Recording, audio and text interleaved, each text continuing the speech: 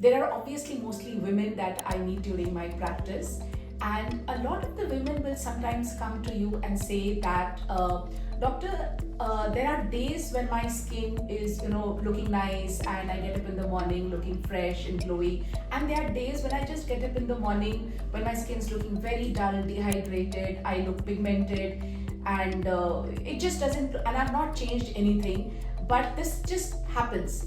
And obviously a lot of people dealing with acne will come and relate it that they're getting acne because they are due for their menstrual cycle, they're due for their periods. So is this related? 80% of the women who walk into my clinic are coming in with some signs and symptoms that reflect hormonal changes. Most of the time, it turns out to be PCOS.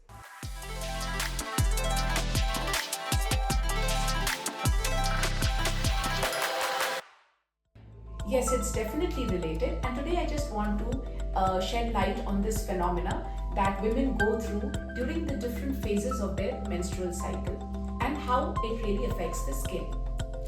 The acne issue we are all familiar with by now, that people who are prone to acne will always tell you about a flare up of acne when they're about to have their periods or during their periods, which is mainly around the jawline. So we know that this has to do with the higher progesterones in them, which have an androgen activity. That is, they work like testosterone. They will increase the oil production, the pores will get clogged, and they will break out. So this is a very direct relation to the before the periods when the hormone changes.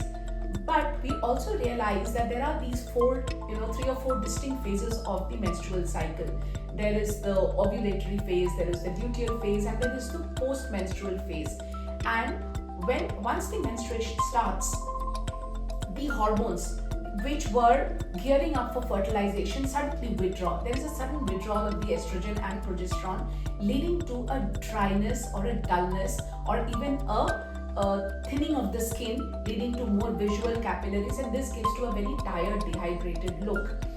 Similarly, just before in the ovulatory phase, there is a lot of progesterone, there's a lot of prostaglandins, making the skin very sensitive and a little tender.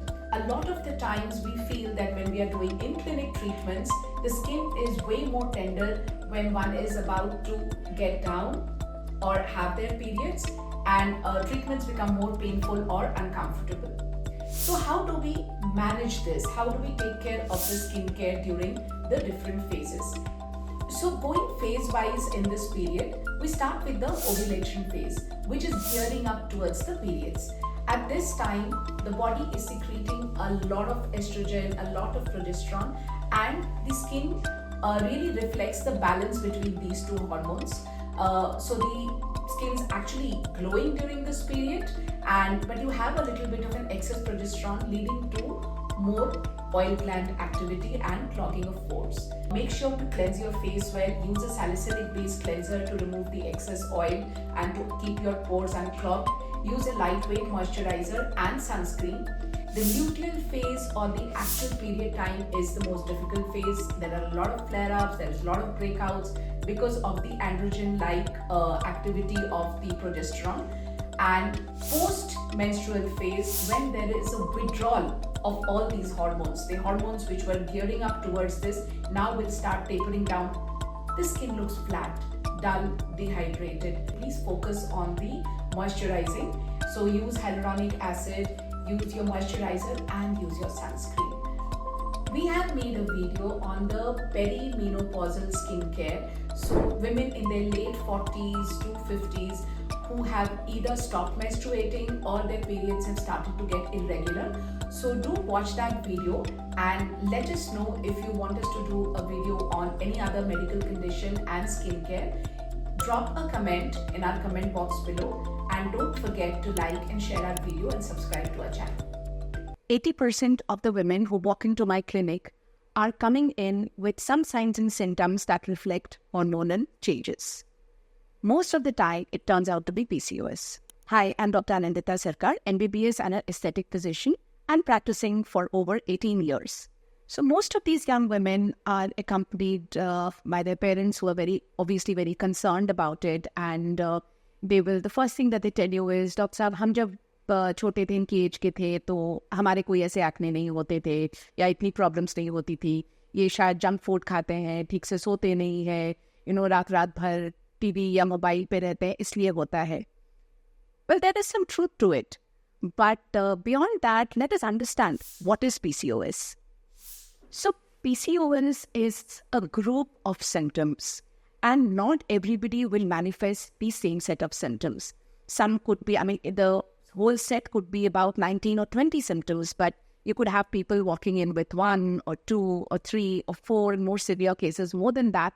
And that's how we grade them to be mild or moderate or severe cases of PCOS. So the common symptoms that you might notice are facial hair growth, dark patches on the underarms, nape of neck, under the breasts and groin, and sometimes skin tags, and of course, excessive body hair as well. So to not put all the blame on PCOS, the full form is polycystic ovarian condition, sometimes these changes can also come from the adrenal glands or from the brain, the pituitary gland. But the symptoms are the same and they are managed in exactly the same way. So when I get clients through clinically video consults, I sometimes order these tests to confirm whether the hormonal changes are arising out of the ovaries or the adrenal glands or the pituitary, just to make sure that my labeling is correct. Irrespective of the origin of the hormonal changes, the management of the condition remains the same. However, if the blood parameters throw up unusually high number of markers, then that definitely has to be treated medically. However, if the blood parameters come out grossly impaired, we might need additional medical management. So it has been seen that lifestyle changes and dietary management improve the conditions a lot. So you have to keep your weight as close to your target weight as possible. So there has to be some kind of a dedicated physical activity that one is doing. And in dietary balances, one must cut out on the useless carbs and the dairy. And now we come to the symptomatic management. Maintain a diet which is rich in protein. You can use peptide serums on the scalp to fortify the follicles and to strengthen the hair shafts. Have a hair complex vitamin every day for about 2 to 3 months so that your hair stays longer in the growing phase. For the acne, it is important to use maybe a salicylic-based face wash which clears out your dead skin, unclogs the pores, reduces your comedones. Use a mild moisturizer which is non-comedogenic, and you must use a sunblock. If you have active acne, you can use benzoyl peroxide creams at night topically. For the facial hair or for the body hair, you would have to visit a clinic maybe for laser hair reduction. The acanthosis or the dark patches on the underarms and the nape of neck can be treated with skin lightening creams containing tranexamic acid and other skin lightening agents. And for the skin tags, again, you will have to visit a doctor to probably cauterize them. So PCOS is a medical condition.